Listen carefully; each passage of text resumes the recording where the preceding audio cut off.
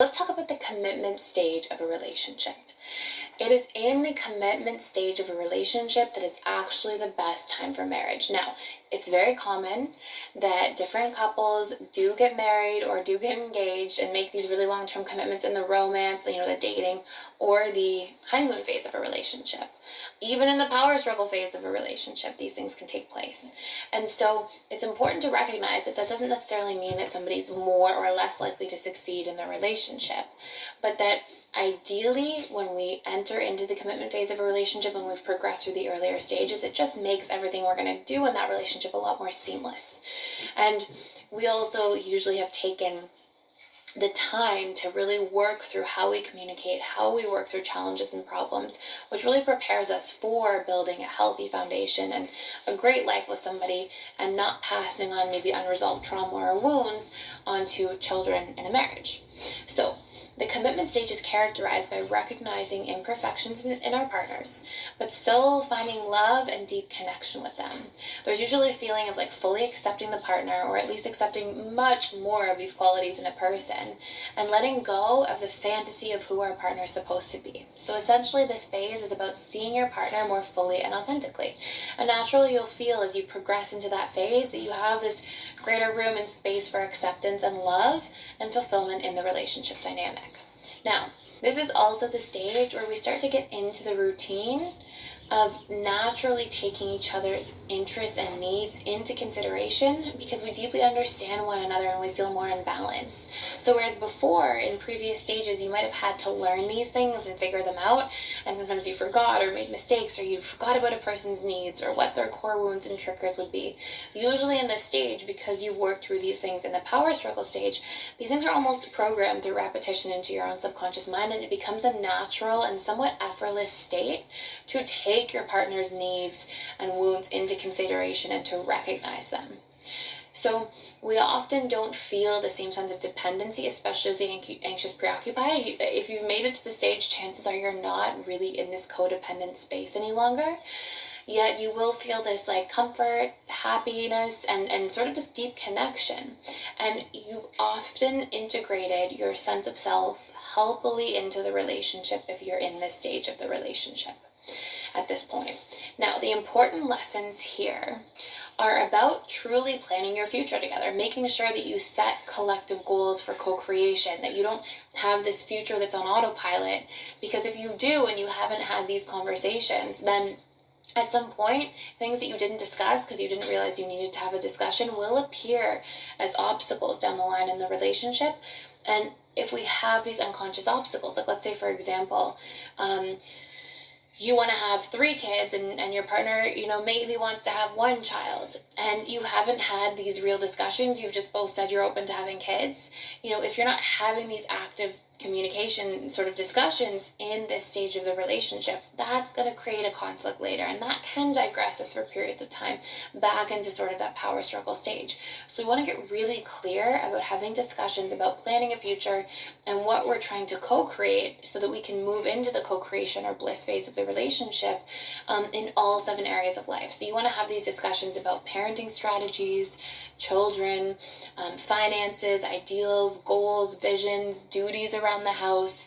You want to have intentionality brought into your relationship in this stage. This is very important.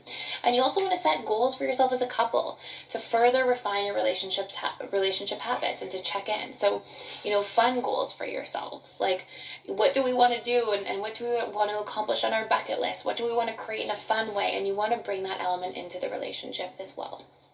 Now, patterns in this stage. Often there is a considerable amount of consideration in this stage on both parties' behalf. This is where each individual truly commits to planning a life together, and different attachment styles will deal with these stages differently. So, the anxious preoccupied will likely and most often feel much more ready and committed to consider this stage. Sometimes we will see a dismissive avoidant if they've progressed into the stage, while they will also have had to become much more secure if they're in this stage and they've made it this far in a relationship. Sometimes we will see that the dismissive avoidant might have a little bit of cold feet because they can have these commitment wounds or fears during this time. Or sometimes a fearful avoidant will experience a little bit of cold feet during this commitment phase. And this has nothing to do with the relationship. This has to do the vast majority of the time with anything that's unresolved within ourselves that we are still experiencing basically the emotional remnants of at a subconscious level sort of rising to the surface. And these are just the times to work out any of those sort of last kinks. Now, it is also very important that during this phase, we take commitment seriously. We really check in, especially as the anxious preoccupied, because sometimes at this point you're like so ready to get married and have kids and settle down and do all these things. And that's beautiful and that's really powerful in many ways. But you just want to make sure that you are not making a whimsical decision. And it can't be that whimsical if you seriously progress this far, but you just want to make sure that you're really checking in and taking a true inventory of compatibility, values, needs, ideals, lifestyle, parenting styles, all of those different pieces, okay? Sometimes we will see the anxious preoccupied forego a few of those needs. And again, if you're not speaking up, not showing up, not checking in with yourself, and just trying to rush through the next stages of a relationship, that can digress the relationship at later points. So make sure you're clear and make sure you're being true and honest with yourself and that you're putting yourself and your needs equal to the standard that you hold the relationship to, okay? Now, both individuals might even feel a sense of fear rise up in this stage, but for the anxious, it's usually of the fear of the relationship not working out. So remember I said a moment ago, sometimes the remnants or emotional residue of past unresolved challenges can come up a little bit again in this phase during different times. Just like the DA, for example, might experience a little bit of a fear of commitment, sometimes the AA can experience a little bit of a fear of abandonment, just coming up at, again, very low level by comparison. And sometimes an anxiously preoccupied individual will try to push a commitment at this stage, which can give, sort of exacerbate any cold feet or any wound the other partner might be experiencing. And so these natural fears can get exacerbated if both parties are not keeping up with their emotional regulation and questioning their stories. And sometimes, because these unrecognized or unconscious fears can surface here, we have to look at these as opportunities to finally iron out any remnants of anything that's essentially left over. And it doesn't mean you won't experience different challenges at different points in life because of external things that take place or because of changes the relationship goes through over time. So in fact, the life cycle of a relationship often even repeats itself, where we can almost go from the bliss stage back into this like dating type of phase and honeymoon stage again years and years later. But what's really important is that we just recognize we have to keep ironing out any miscommunications or challenges. These challenges and small discrepancies are essentially just opportunities to iron out anything that still needs to be ironed out when it comes to how you're relating, how you move through things. And they're sort of these final tests in a way before moving on to the bliss or co-creation phase.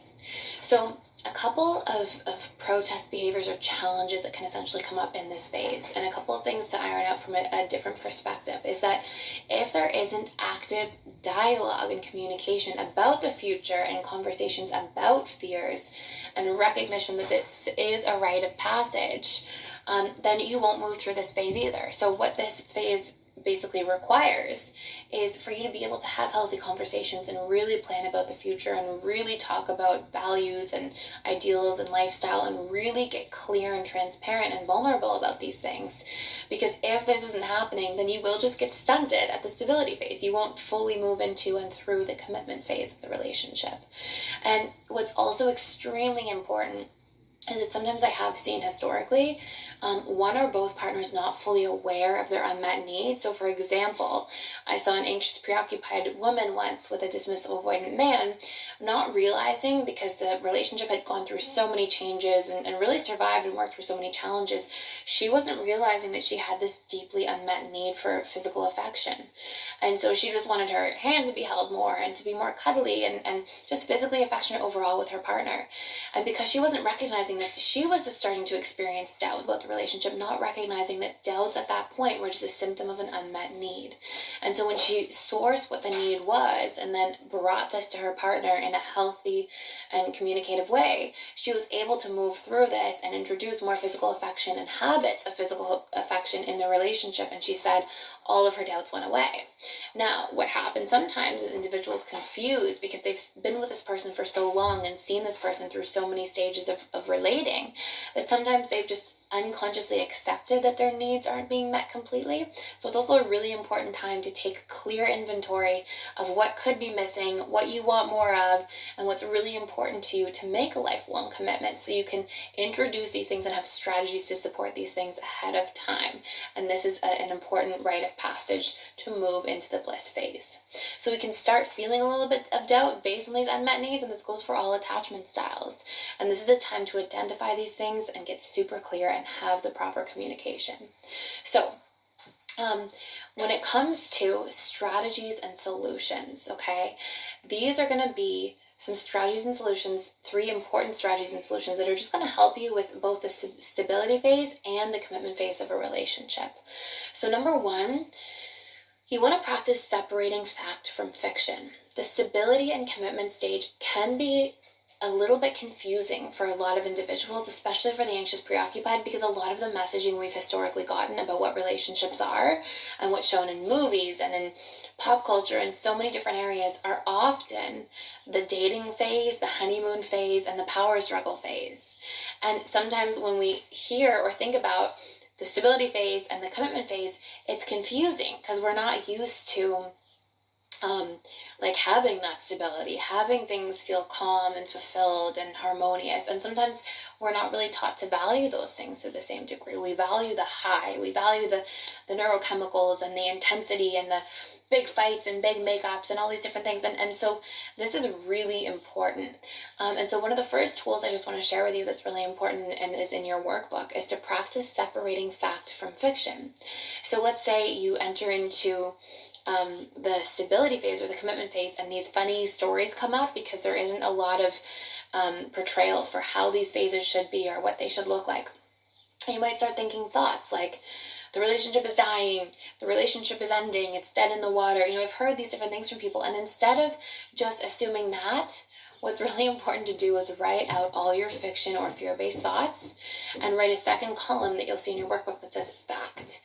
And you want to get really clear on what the facts are in your relationship. And now that you've been taking this course, you can see, like, hold on, we might just be in the commitment phase of the relationship, and we just might need to monitor our healthy habits and intentionally connect more and do more fun things together or make time for each other more often. And so you want to practice separating fact from fiction.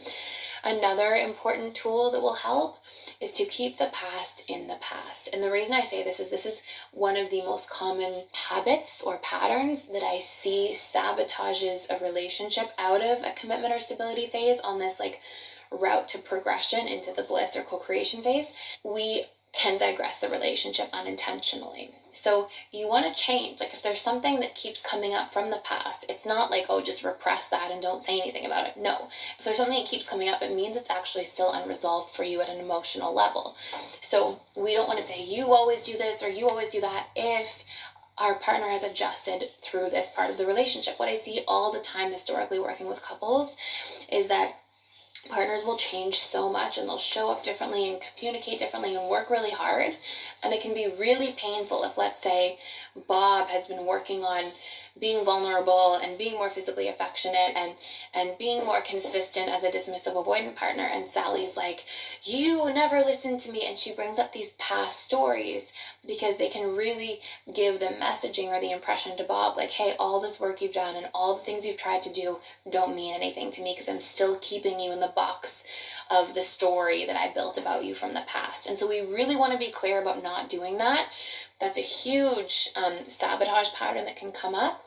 And what we want to do is, if we find that there's still something rising up inside of us that's upsetting, we want to be able to say, hey, I'm noticing in myself that this is still unresolved to a certain degree, and I want us to have a conversation about it. So in the past, I noticed this, And although I recognize there's been a lot of change, can we tweak this or can we refine it further moving forward? And so you fill in the blanks there, and that's written out for you in your workbook as well. So you did X in the past, and we're changing that to, this is what I want to create moving forward. Okay, and that's very important so that we keep progressing and we keep building positive momentum in the relationship long term.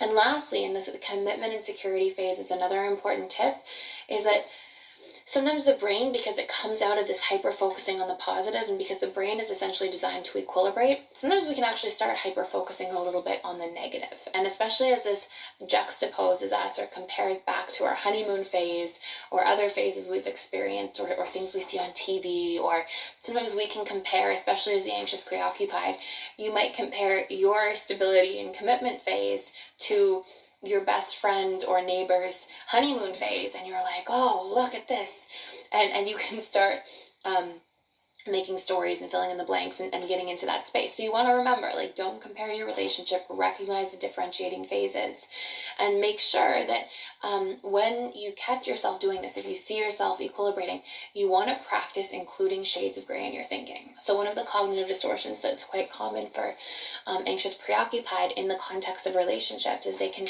fall into the cognitive distortion of all or nothing thinking.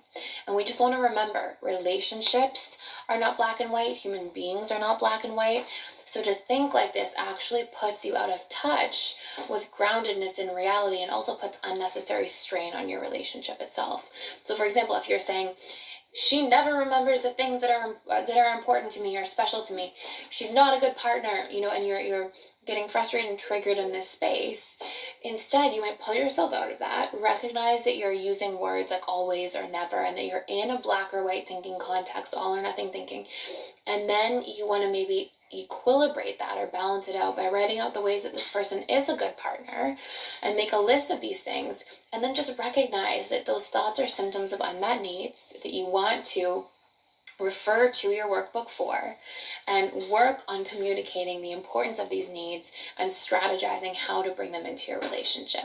And in doing this, you will see a lot of positive progression. You'll see that you move through the commitment phase extremely effectively, and you're on to the bliss stage in the next phase of your relationship.